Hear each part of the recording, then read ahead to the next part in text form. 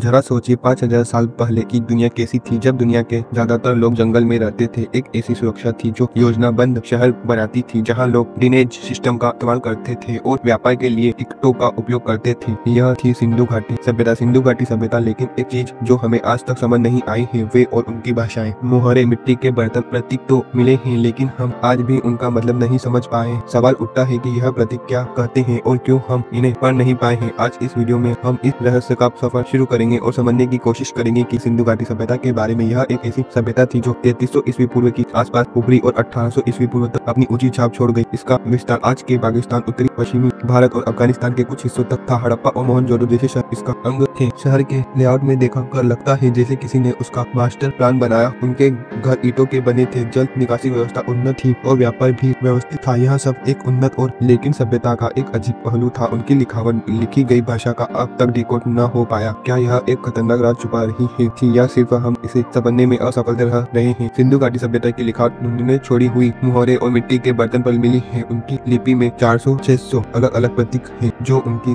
भाषा के संकेत के तौर पर देखी जाती है। लेकिन समस्या यह है कि हम उसका कोई रोस्ता पत्थर यानी कोई अद्भुत कुंजी नहीं मिली, ना ही किसी और समकालीन सभ्यता ने उनकी भाषा का जिक्र किया है। लिखित अधिकरण संरचना है, यानी छोटे छोटे तस्वीर जैसी। एक मछली का प्रतीक हो सकता है, पानी का संकेत है, यह पेड़ का प्रतीक जीवन का, लेकिन हाँ सिर्फ अंदाज है। लिखने को किसी आधुनिक भाषा के साथ मैच करने की कोशिश अब तक सफल रही है। यह सभी एक सवाल है, क्या यह एक स्क्रिप्ट थी या सिर्फ प्रतीक का एक संग्रह। कुछ विशेषज्ञ मानते हैं कि यह एक प्रोटो द्रविड़ भाषा थी जो दक्षिणी भारत भाषाओं का आदि रूप था, पर इसका कोई पक्का सबूत अब तक नहीं मिला है। इतिहास के पिछले 100 साल से कई लोगों ने सिंधु घाटी की भाषा को समझने की कोशिश की है। शुरुआत शंख कलाओं ने, जैसे कि इरावत महादेवन और अस्को परपोल ने स्क्रिप्ट को डिकोड करने का काफी प्रयास किया था, पर समस्या यह है कि यह स्क्रिप्ट किसी के जानी मानी स्क्रिप्ट के साथ नहीं मिलती। आज के समय में एआई और मशीन का उपयोग कर आर्टिफिशियल इंटेलिजेंस उनके प्रतीकों के पैटर्न का विश्लेषण कर रहे हैं। एक नई अध्याय में वैज्ञानिक ने जान दिया है कि प्रत्येक का उपयोग किया जाए एक वशीकरण संरचना में होता था, जो एक उचित भाषा होने की तरफ इशारा कर रही है। फिर भी एक बड़ी समस्या है, हमें सिंधु घाटी सभ्यता की कोई दीक्षण शिलाओं नहीं मिलती।